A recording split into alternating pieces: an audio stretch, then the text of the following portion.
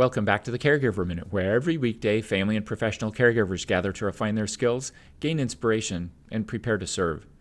A few weeks ago, I talked about a framework for dealing with challenging situations. It's to measure something, at least to the degree that we can, and then learn what the best research has to say about that thing, apply what we've learned, and then adjust from there to make observations and see what kind of results we're getting and make helpful adjustments. Well, whether you knew it or not, that process is foundational to everything that we do here at A Mind for All Seasons to help people improve brain health. Yesterday, I mentioned our new program, Healthy Foundations, that's going to go live here in a couple of weeks. And I invited you as our Caregiver Minute audience to help test drive it, to give us some feedback, to tell us what works and what doesn't work. And you can do that free for a couple of weeks. In case you missed the invitation to get on the early notification list for that, I'll put a link in the description with this video. I want to elaborate a little bit more, though, on the idea of measuring and how that applies in everyday situations. Because the fact is, we're always limited by the degree to which we can measure. And once we learn to see this and adopt it as part of our mindset, we're able to solve more challenging situations. Take metabolism, for example. Fundamentally, metabolism has to do with how cells operate. But metabolism is often thought about as weight gain or weight loss. Well, that's one thing that we can measure. We can step on a scale and measure our weight, or we can measure the weight of someone that we're serving. That's an objective measurement. And if weight is going down, then we say they're losing weight and people are burning fat stores for whatever reason.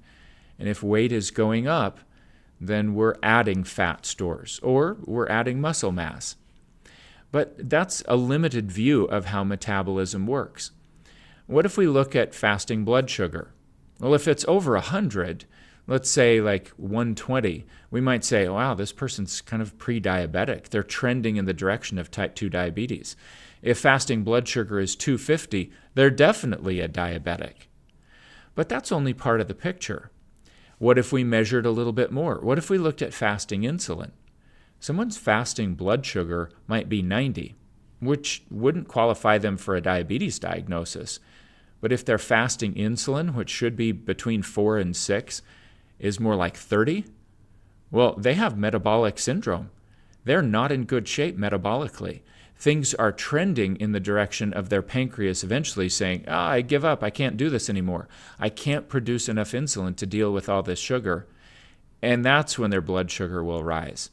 So if we were to measure just a little bit more and look at fasting insulin, it would give us a broader perspective on metabolic health. But we could go further. What if we looked at a person's A1C, their average sugar over about a 3-month window? That would tell us something else that would be a helpful perspective in understanding metabolism. We could go even deeper. What if someone wore a continuous glucose monitor and we could see exactly what their blood sugar levels do with everything that they eat? We like to say here at my office that data drives behavior. And when you have more refined data, you can make even more thoughtful choices about the kinds of things that you're doing. Now, metabolism is just one example of how this principle applies. So I invite you to consider other situations where you might be able to measure someone's response. It might be a response to a behavioral intervention. It might be a response to a medication. It might be a response to something else that you change in the environment. But you're always limited by the degree to which you can measure. And if you look for better ways of measuring, more refined ways of tracking something, it often yields insights that you wouldn't get in any other way. To go back to the metabolic analogy, you only can learn so much about how a person's cells are functioning and what's going on metabolically if you look at their scale weight. The more things you can measure, and the more fine-tuned that is, the more you can make helpful decisions and pivot in ways that optimize their health.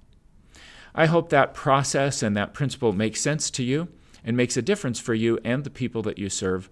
And I look forward to seeing you again tomorrow for another episode of the Caregiver Minute.